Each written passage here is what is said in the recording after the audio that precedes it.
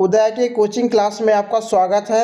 आज स्टार्ट करते हैं फिटर ट्रेड थ्योरी के ऑब्जेक्टिव क्वेश्चन। जो स्टूडेंट आईटीआई फर्स्ट ईयर में हैं उनके लिए एमसीक्यू क्वेश्चन की एक सीरीज स्टार्ट है, जिसका यह सेकेंड क्लास है। फर्स्ट क्लास की वीडियो आपको प्लेलिस्ट पर मिलेगी। इस सीरीज में बहुत ही मोस्ट इम्पोर्टेंट क्वेश्चन आंसर हैं, तो वीडियो को पूरा कंप्लीट देखिएगा। अगर आप लोगों ने अभी तक चैनल को सब्सक्राइब नहीं किया तो सब्सक्राइब कर लीजिए, बेल आइकन को प्रेस कर लीजिए। चलिए स्टार्ट करते हैं आज की क्लास और देखते हैं कि आज की इस वीडियो में फर्स्ट क्वेश्चन कौन सा है। क्वेश्चन नंबर 16, कार्यस्थल पर दुर्घटना से बचने का पहला कदम क्या है। तो क्वेश्चन क्या पूछ रहा है, कार्यस्थल पर जैसे फैक्ट्री, वर्कशॉप या आईटीआई के लैब में काम करने जाते हैं तो दुर्घटना ना हो, इसके लिए हमें सबसे पहले क्या करना चाहिए। मतलब काम शुरू करने से पहले हमें क्या ध्यान रखना चाहिए। तो ऑप्शन में क्या दिया हुआ है, सुरक्षा उपकरण पहनकर। तो जब काम शुरू करते हैं तो जूते, दस्ताने, हेलमेट पहनना बहुत ज़रूरी होता है। चीज़ों को अपने तरीके से करना, अपने मन से काम करना खतरनाक हो सकता है, इससे दुर्घटना होने की संभावना बढ़ जाती है। डी ऑप्शन में क्या दिया हुआ है, अत्यधिक कुशल काम करने के अभ्यास के साथ चीज़ें करना। कुशल होना अच्छी बात है, लेकिन बिना सुरक्षा नियम माने भी कुशल व्यक्ति दुर्घटना का शिकार हो सकता है। सी ऑप्शन में क्या दिया हुआ है, सुरक्षा सावधानियों का पालन करके। तो इसका सी आंसर सही है। वर्कशॉप पर या प्लांट के किसी साइट पर काम शुरू करने से पहले सभी सुरक्षा नियमों को जानना और मानना यह सबसे पहला और सबसे ज़रूरी कदम है, जिससे दुर्घटना होने की संभावना कम हो जाती है। तो इसलिए इसका सी आंसर सही है। सुरक्षा नियमों का पालन करके हम दुर्घटना से बच सकते हैं। तो इसका सी आंसर सही है।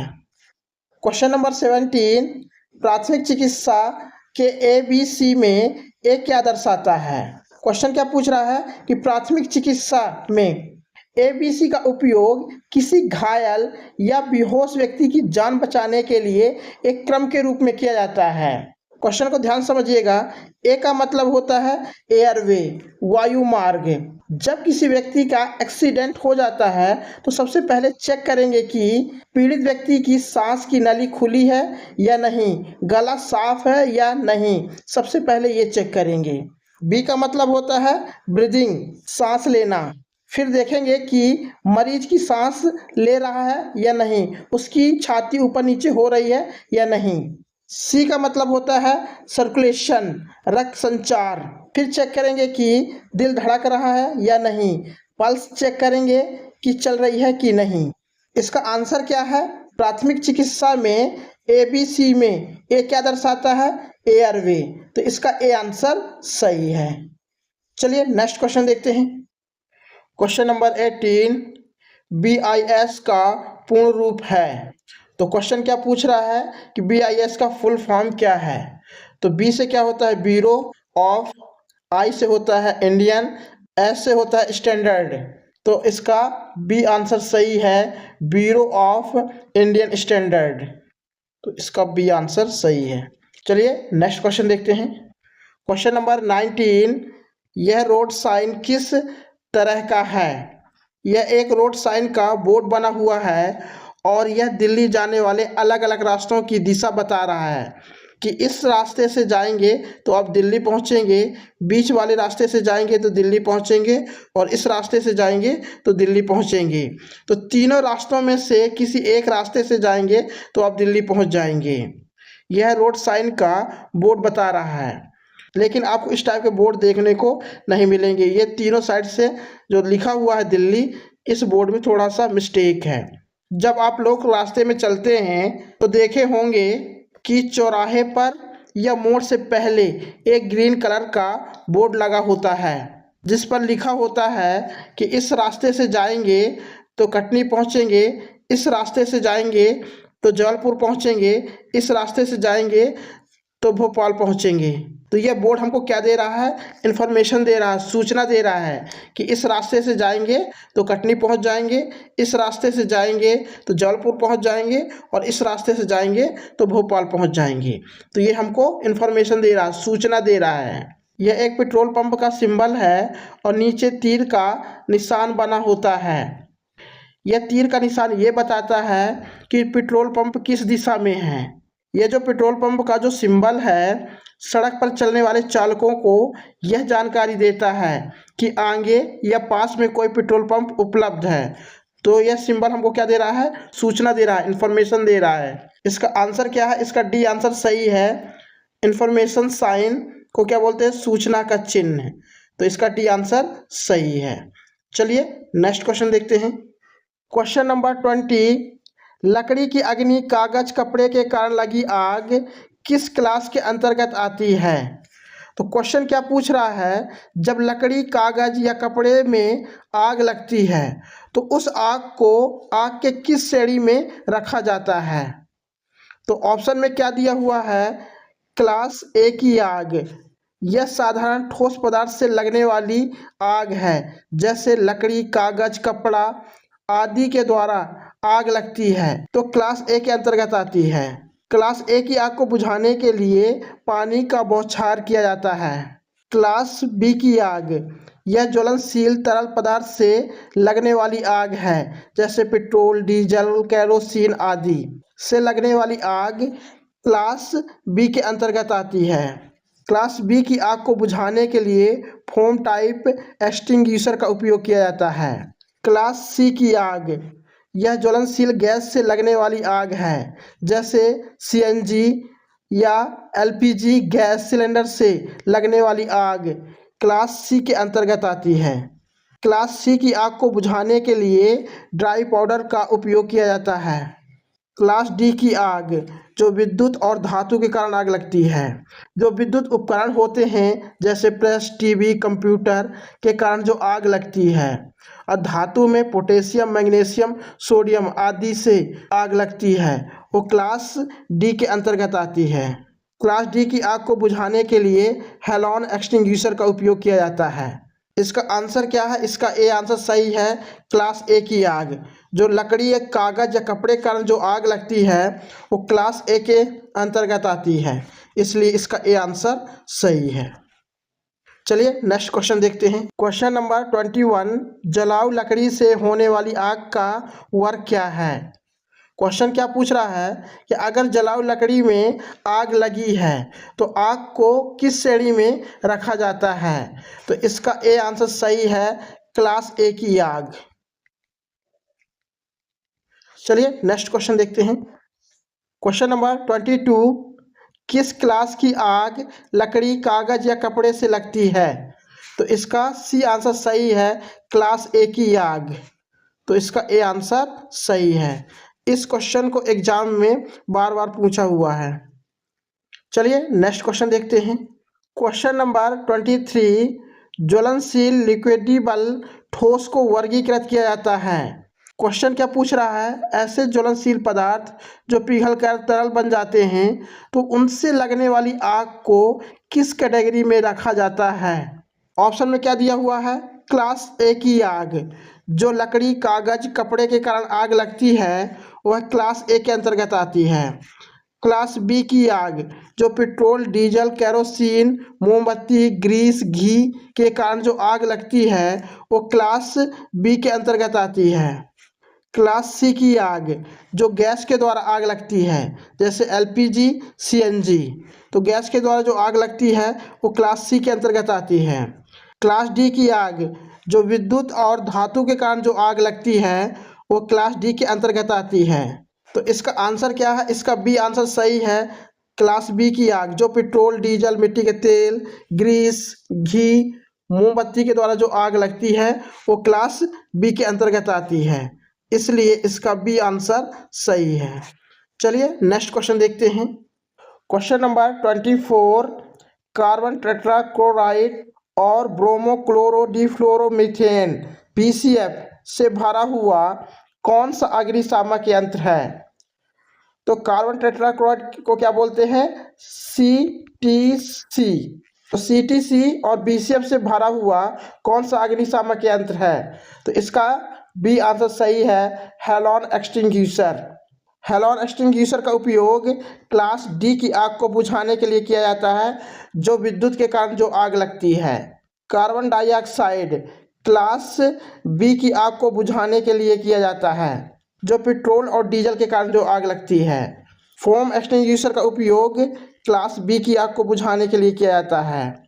ड्राई पाउडर एक्सटिंग्विशर का उपयोग क्लास सी की आग को बुझाने के लिए किया जाता है, जो गैस के द्वारा लगती है।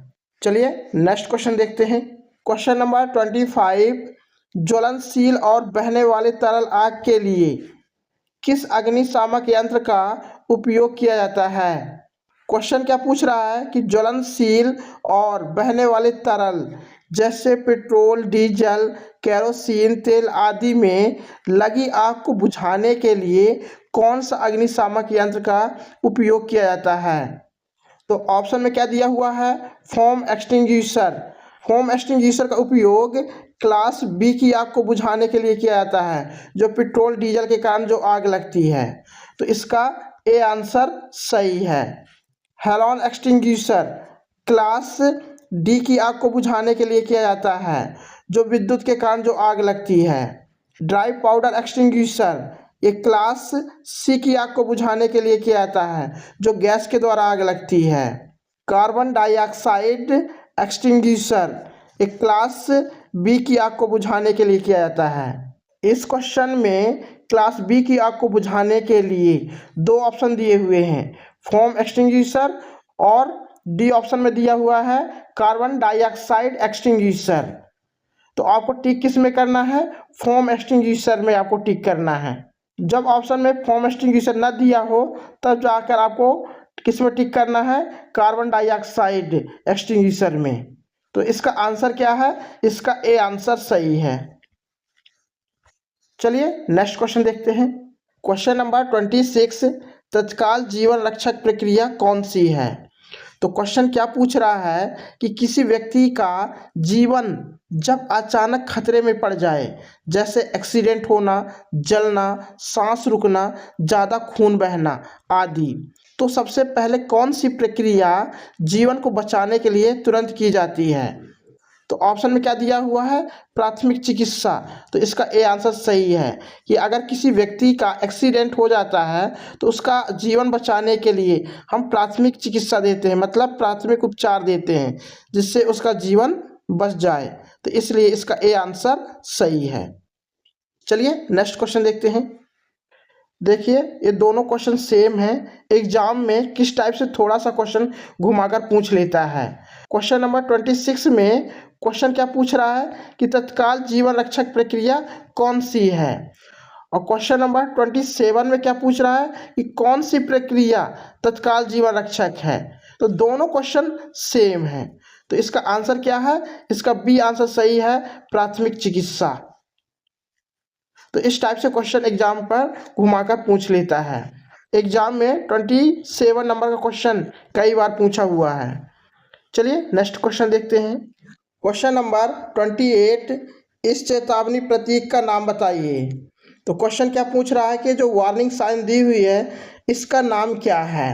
तो एक त्रिभुज के अंदर एक ट्रेन का इंजन चलता हुआ दिखाई दे, तो इस सिंबल का मतलब क्या है कि आगे एक रेलवे क्रॉसिंग है, लेकिन वहाँ सुरक्षा के लिए ना कोई गेट है और ना ही कोई गार्ड बैठा हुआ है। ट्रेन कभी भी आ सकती है। यहाँ ड्राइवर को खुद अपनी गाड़ी रोककर दोनों तरफ देखकर और सुनकर कंफर्म करना होता है कि कोई ट्रेन तो नहीं आ रही है, और सुरक्षित होने पर ही रेलवे लाइन को पार करनी होती है। तो यह अनगार्डेड का सिंबल है। तो इसका सी आंसर सही है, अनगार्डेड। इसका सी आंसर सही है। फिर ऑप्शन में क्या दिया हुआ है? स्कूल। तो यह स्कूल का सिंबल है, जिसमें एक त्रिभुज के अंदर एक बच्चा बैग लेकर चलता हुआ दिखाई दे रहा है। इस सिंबल का मतलब ये होता है कि आगे कोई स्कूल है, तो वाहन चालकों को अपनी गाड़ी की स्पीड कम कर लेनी चाहिए, क्योंकि बच्चे अचानक सड़क पार कर सकते हैं या सड़क पर आ सकते हैं। तो यह स्कूल का सिंबल है। ऑप्शन बी में क्या दिया हुआ है? गार्डेड, वो क्या बोलते हैं? संरक्षित।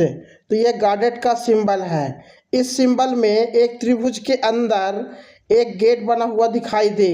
ये सिंबल ये दर्शाता है कि आगे एक रेलवे क्रॉसिंग है जहां गेट को बंद करने के लिए एक गार्ड बैठा हुआ है।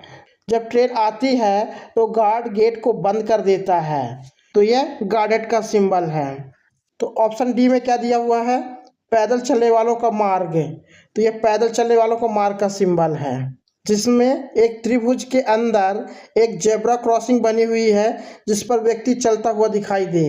तो यह पैदल चलने वालों का मार्ग का सिंबल है। चलिए नेक्स्ट क्वेश्चन देखते हैं। क्वेश्चन नंबर 29, इस चिन्ह का नाम क्या है।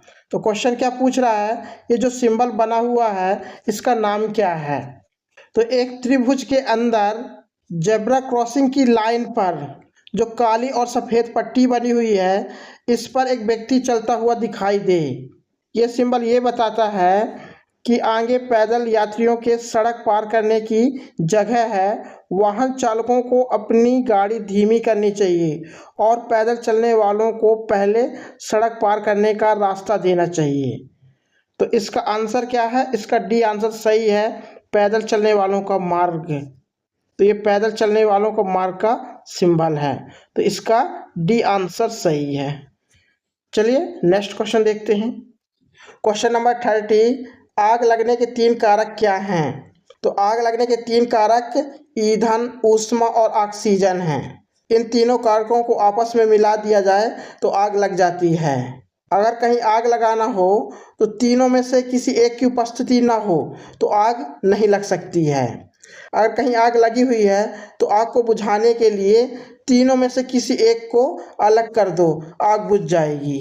तो आग लगने के 3 कारक ईंधन, ऊष्मा और ऑक्सीजन हैं, तो इसका ए आंसर सही है। आज की इस वीडियो में 30 क्वेश्चन कंप्लीट कर लिए हैं, जो कि बहुत ही मोस्ट इंपॉर्टेंट क्वेश्चन आंसर हैं। ये जो सीरीज चल रही है, इस सीरीज को आप लोग पूरा कंप्लीट देखिएगा। इस सीरीज से ही आपके एग्जाम में क्वेश्चन आंसर आएंगे। तो अगर आप लोगों ने अभी तक चैनल को सब्सक्राइब नहीं किया तो चैनल को सब्सक्राइब कर लीजिए, बेल आइकन को प्रेस कर लीजिए, क्योंकि जो भी वीडियो अपलोड करूं उसका नोटिफिकेशन सबसे पहले आपको प्राप्त हो। कमेंट बॉक्स पर जाकर कमेंट करके ज़रूर बताइएगा कि आपको ये वीडियो कैसी लगी। तो आज के लिए बस इतना। जय हिंद।